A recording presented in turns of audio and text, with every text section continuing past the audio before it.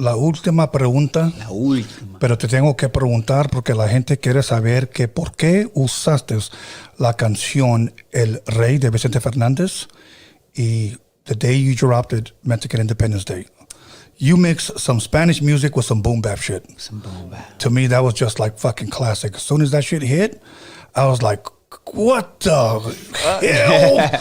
Like in an amazing way, bro. Got you. You know, so, por favor, sí. Dime o dinos, ¿por qué usaste esta canción? Yo decidí usar esta canción porque yo no sé cuándo era. La primera vez que yo escogí usar esta canción, yo estaba trabajando en una idea con un amigo, se llama Smiley. Y Smiley era from Inglewood 13. He was a gangster. He was in my classroom. Yeah. But then he just became this artist, this filmmaker. He just changed his life.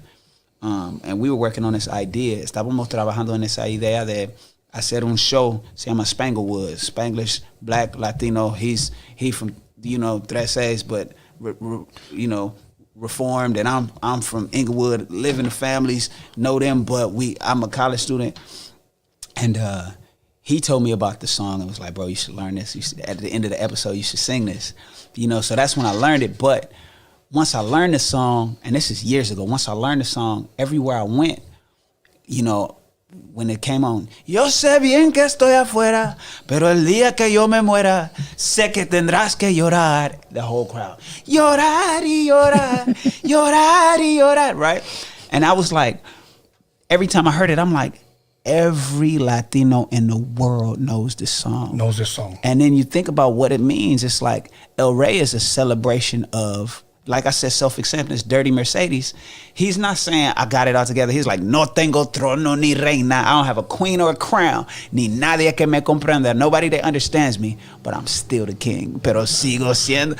So that song means something to everybody because it's like, me being a king ain't defined by what I have or what I look like. I'm El Rey because I say so and I believe it, And so I was like, everybody knows. I've been in stadiums in a boxing match when Arreola fought Andy Ruiz. Yeah. I told the homie was DJing. He DJs at the homie DJ Quest Coast he's a black DJ. He's DJing at the fights. I told him, hey, bro, play El Rey because the crowd was so Mexican. It's two Mexican heavyweights. Yeah. Arreola and Andy Ruiz, and they're chunking them, right? So between one round, I was like, bro, play El Rey. I've never seen a more Mexican crowd in my life, right? And to the point where I speak Spanish, but I feel out of place, like, oh shit, damn, And then he plays the song, and sure enough, you look around at 10,000 people like, llorar y llorar, llorar y llorar, right? And he was like, bro, that was wild to see. And so I've been telling the producer homies, like, we gotta do something to this, like, as a tribute. And from jump, it was like, we're gonna do it correctly. Like, because it's like, one, like, everybody know black people's contribution to hip-hop, culture, America. Like, absolutely. It's built on us. But the parallels are so eerily crazy, and we talk about slavery, but it's like, who works the fields right now? You know what I'm saying? Like, it's so many parallels that don't even get mentioned. And I had to learn that as a Spanish major. You got to learn the history and what people fought for and all that. And so when we talking about that song, and when we decided to do it, we was like, we're going to do it right. And the first verses I wrote, I used somewhere else. So I had to re-record it. Like, I used for a freestyle, like, fuck it, it didn't come out yet. Right. Oh, because I don't even know if I should say this, but we hadn't cleared the sample. So we held it for a year and some change. We had it in the bag and we was like, this the one. And then I kept asking people, like, should we just let it go and let it do what it's gonna do? And the people I respect was like, bro, put it out to the world. Put it out. And then I was like, wait, and mind you, we decided a month and a half ago to put it out when we did, so it was August, August 29th. Uh-huh. So I went in, I had a show in Kansas, had to record the verses in Kansas so I could turn it in on time to get it to the DSPs. And then I hit Sergio, who directed all of Nipsey Hussle's videos, who for him it's like he's had this ambiguous existence in film because he's like, man, I'm doing all these videos for this black rapper from the Crenshaw district. And, you know, the Latino community, they fuck with him. But he's like, whose story are you telling as a filmmaker? Because you got a responsibility to represent, you know? And so then me and him did a lot of work. We did El Rey. We did, you know, Crossover. We've done several videos together. And this one in particular was special for both of us because it's this dope-ass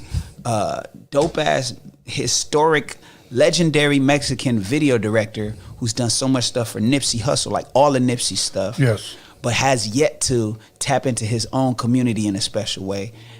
And me, who's a Spanish-speaking nigga from Inglewood, you know what I'm saying?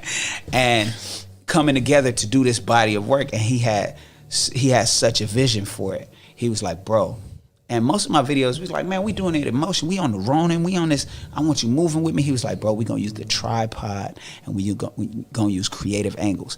Every shot in that video is on a tripod. But how he shot it, it feels like there's so much motion in there. No, it is. You know what I'm saying? It is. You know what? Look, if I could say it this way, it looks simple, but it's not. It's creative. And I saw the angles when you first came out wearing like the red Pendleton, how the camera was right here.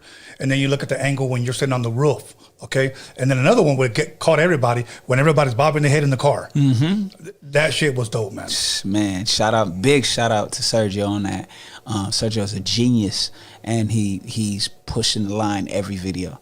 You know, so he's a student of the craft that he's already good at. You know what I'm saying? So, what was the response that you were getting de la gente mexicana y la gente morena? La mayoría de la gente mexicana me estaban diciendo gracias. Gracias por hacer un tributo. ¿Cómo se dice? Tributo. Un tributo.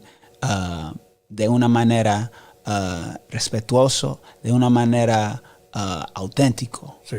And los afroamericanos me estaban diciendo, no sé lo que estaba diciendo, but that shit hard than a motherfucker. You know what I'm saying? Like, I don't know what he talking about, but that shit hard, you know? And so that was the response. And bro, it's like the narrative that people that can easily spread, you know, because ignorance yells and peace and love is just silently flying under the radar. And it's overwhelmingly way more peace and love than there is ignorance. But ignorance will get the tabloids popping. It'll get the news. It'll get, you know what I'm saying? We've been doing, you know, positive stuff all the time. But as soon as Kanye say white lives matter, then it's all over everything. Yes. You know, so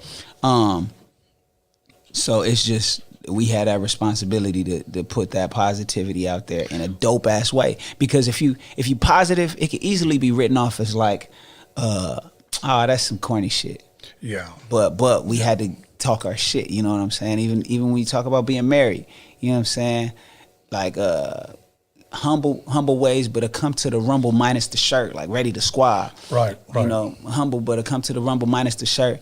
She see me trying to throw that pee at me, might lift the skirt, ignoring the ring by my pinky, this dick is reserved. She thinks it's a bitch, but real nigga flip it the bird. Like, have to talk my shit because otherwise, you know, people will write it off. But it for sure starts off with no question, like, black is beautiful, brown is born of the earth.